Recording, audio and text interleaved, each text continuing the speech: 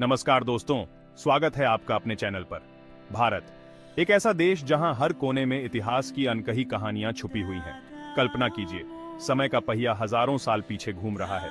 हम उन समयों में पहुंच रहे हैं जब पत्थरों पर उकेरी गई थी इंसान की रचनात्मकता, भक्ति और कला की सबसे अद्भुत धरोहर। आज हम आपको लेकर चलेंगे एक ऐसी यात्रा पर जहां पत्थर बोलते हैं, जहां हर दीवार के पीछे छिपा है एक रहस्य। ये धरोहर है महाराष्ट्र की एलोरा की गुफाएं और उसमें स्थित विश्व प्रसिद्ध कैलाश मंदिर, साथ ही साथ अद्भुत अजंता की गुफाएं। आइए इतिहास के इन पन्नों को खोलते हैं और इसकी महानता को करीब से देखते हैं। सबसे पहले हम बात करेंगे हमारे भोले शिवशंकर बाबा के कैलाश मंदिर की, जो सह्याद्री पर्वत श्रृंखला पर स्थित है। ये मंदिर एलोरा की गुफाओं का हिस्सा है। ये एक ऐसी संरचना है जिसे देख हर कोई हैरान रह जाता है। ये मंदिर अपने आप में एक चमत्कार है। ये मंदिर न सिर्फ कला की उत्कृष्टता है, बल्कि इसके निर्माण की प्रक्रिया आज भी दुनिया के सबसे बड़े रहस्यों में से एक मानी जाती है। इसे एक ही चट्टान को काटकर बनाया गया है। सोचिए, एक पहाड़ और उस पहाड़ को ऊपर से नीचे काटकर बनाया गया यह विशाल मंदिर। लेकिन क्या आप जानते हैं यह मंदिर कैसे बना? इसे बनाने में कितने साल लगे? और क्या यह मंदिर वास्तव में मानवीय क्षमता से परे था? माना जाता है कि इस मंदिर को 8वीं शताब्दी में राष्ट्रकूट वंश के सम्राट कृष्ण प्रथम ने बनवाया था। परंतु एक पहाड़ को इतनी सटीकता से काटकर मंदिर बनाना, क्या यह केवल मानवीय प्रयास से संभव था?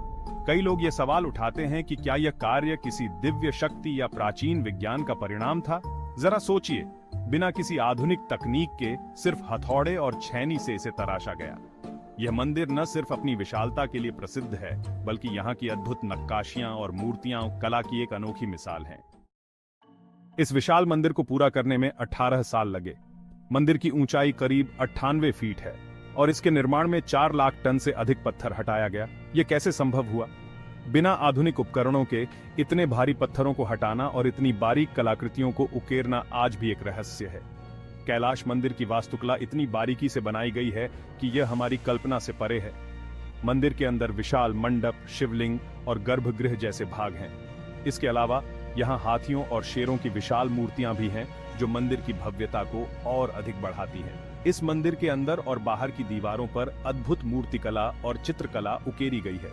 चित्रों में हिंदू देवी देवताओं के जीवन के दृश्य, उनके युद्ध और त्योहारों को बड़े विस्तार से दिखाया गया है। लेकिन जो सबसे ज्यादा चौंकाता है वो है इसके विशाल पत्थर के खंभे और दीवारों पर उकेरे गए दृश्य। ये केवल देवताओं और धार्मिक कथाओं की मूर्तियां नहीं, बल्कि एक पूरी दुनिया को पत्थरों में कैद कर दिया गया है। कई लोग इसे स्वर्ग और पृथ्वी के बीच का सेतु मानते हैं। कैलाश मंदिर सिर्फ एक गुफा नहीं है, यह विशाल गुफाओं के एक अद्भुत समूह का हिस्सा है, जिसे हम एलोरा की गुफाएं कहते हैं। एलोरा में कुल 34 गुफाएं हैं, जिनमें से 12 बौद्ध, 17 हिंदू और 5 जैन धर्म से संबंधित हैं। और ये 3 प्रमुख धर्मों, हिंदू, बौद्ध और जैन धर्म की स्थापत्य कला को दर्शाती है। यहाँ की गुफाएं 6ठी से 10वीं सदी के बीच बनी और हर गुफा में किसी न किसी धर्म की कला और वास्तुकला का बेजोड़ नमूना देखने को मिलता है। यहाँ की हिंदू गुफाओं में देवताओं की मूर्तियां, बौद्ध गुफाओं में बुद्ध की शांत मुद्रा और जैन गुफाओं में ध्यान मग्न तीर्थंकरों के चित्रण को देखकर लगता है मानो पत्थरों में जान आ गई हो।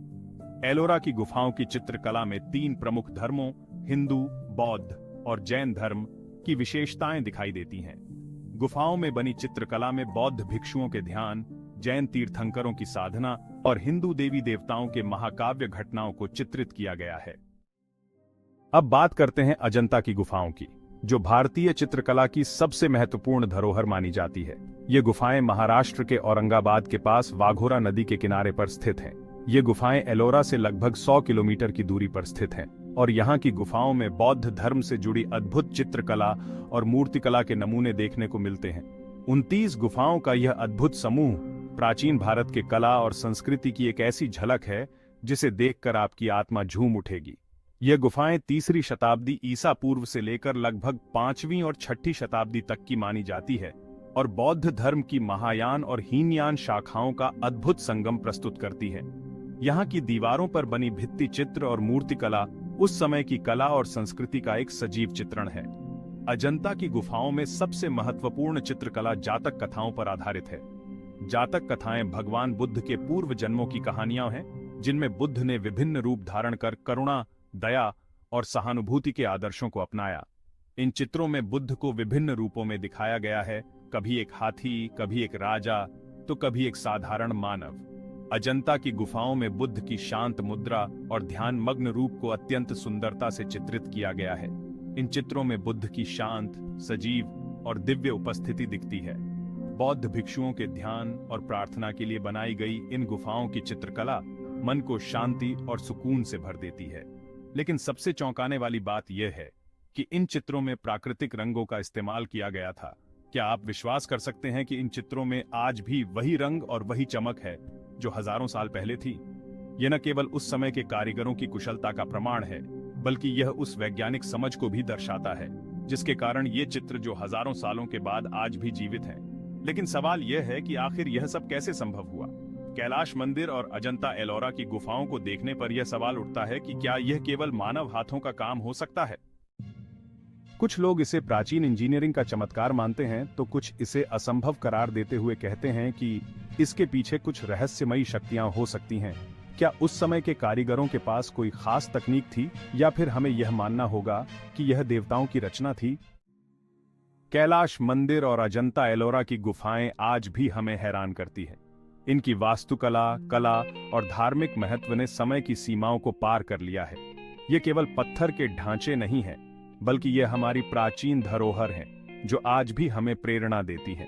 तो दोस्तों, अगली बार जब आप इन जगहों पर जाएं तो इन अद्भुत संरचनाओं को केवल देखिए नहीं, बल्कि महसूस कीजिए। ये सिर्फ पत्थरों का ढांचा नहीं, बल्कि एक जीवंत इतिहास है जो हमें अपनी जड़ों से जोड़ता है।